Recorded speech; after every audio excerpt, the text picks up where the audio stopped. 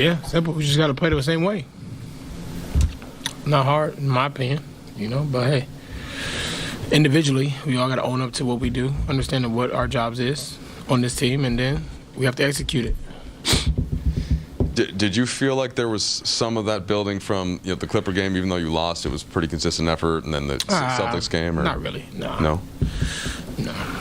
So you didn't sense that anything is connected, it's kind of still back and forth? What did I say? I was just trying to clarify, but yeah. No, you try to answer it again. Good try, though. But what did I say the first time?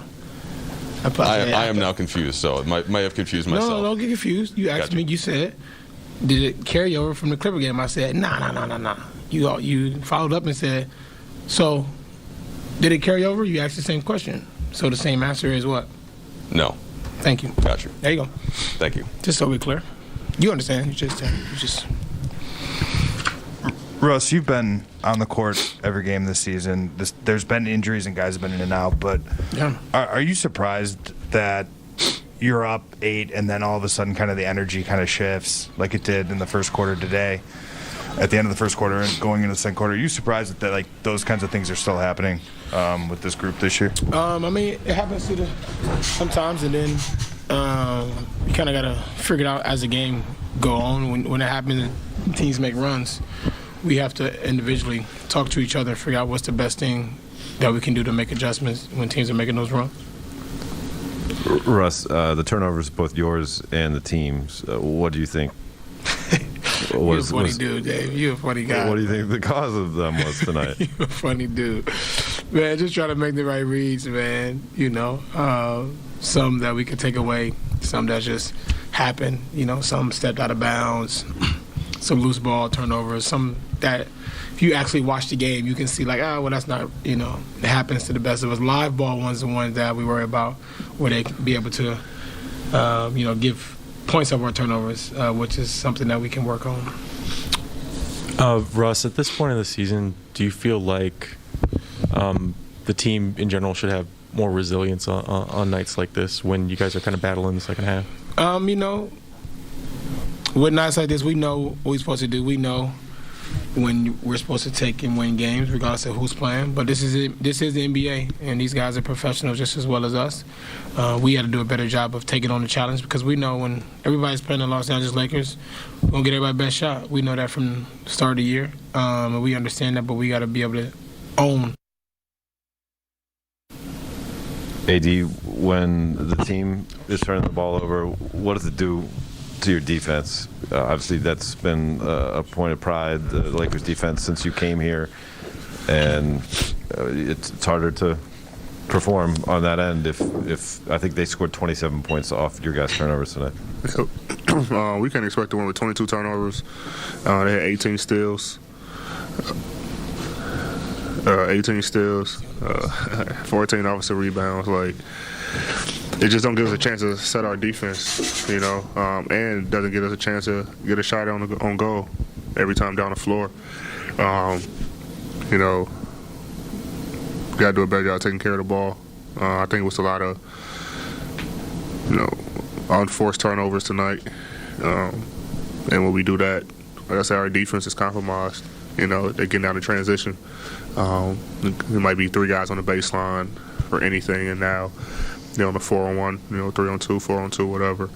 And we can't get set. Like you say, they scored every time on our turnovers. Part of this is obviously happened tonight, but some of it's bigger picture too. You guys are, I think, 26 games into this, and the expectations were that this team would be, you guys are built to compete for a title. Have you guys played to that standard, in your opinion, to this point? And what, if not, I guess, what's kept it from happening? Games. We have. Some games we didn't. Tonight we didn't. Against Boston we did. So just got to be a more consistent thing. That's our biggest problem right now, consistency. We come out certain games and don't play how we're supposed to play, and games like Boston, we come out and play great. So we got to be a more consistent team if we want to truly compete for a championship. And it's a mindset thing. You know, we understand that we're going to get everyone's best shot. Well, we don't understand, but, you know, we have to understand that we're going to get everyone's best shot. We can't control we can't control misses or makes, but what we can control is our effort defensively. I mean, you know, we try to hold our hats on, you know, being a top 5, you know, top 3 defensive team, and we haven't been. And so we gotta change that quickly. Like I said, tonight was game 26, and we just can't. Even though I think we're in 6 right now, game and a half, 2 games, whatever, out of 4, like we can't keep, you know, taking, you know, a step forward and 2 steps backwards. You know, so we gotta fix it quickly. AD, sort of that 2 steps forward, 2 steps back. It's kind of hard to miss in these last couple losses. You know, this team without Ja and Dylan Brooks, the Clippers without Kawhi, Sacramento without 2 of their starters. Do you feel like, you know, some of maybe what Frank called casualness is related to seeing some of these shorthanded teams?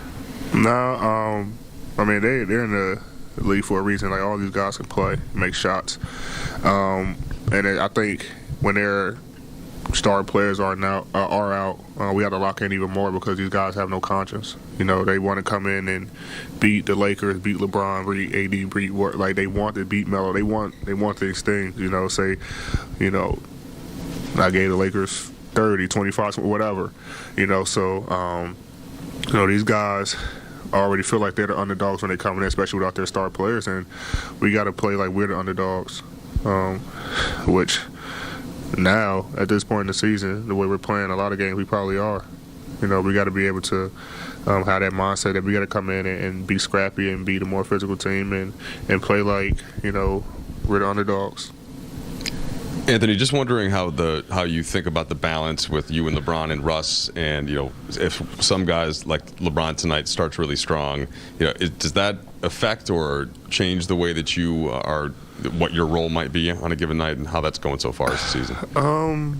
It's a battle just because, like you said, if he got it going, or Russ got it going, or whoever has it going early, you know, we want to keep feeding him the ball, but also try to get yourself in the rhythm and get going as well. So, I mean, I think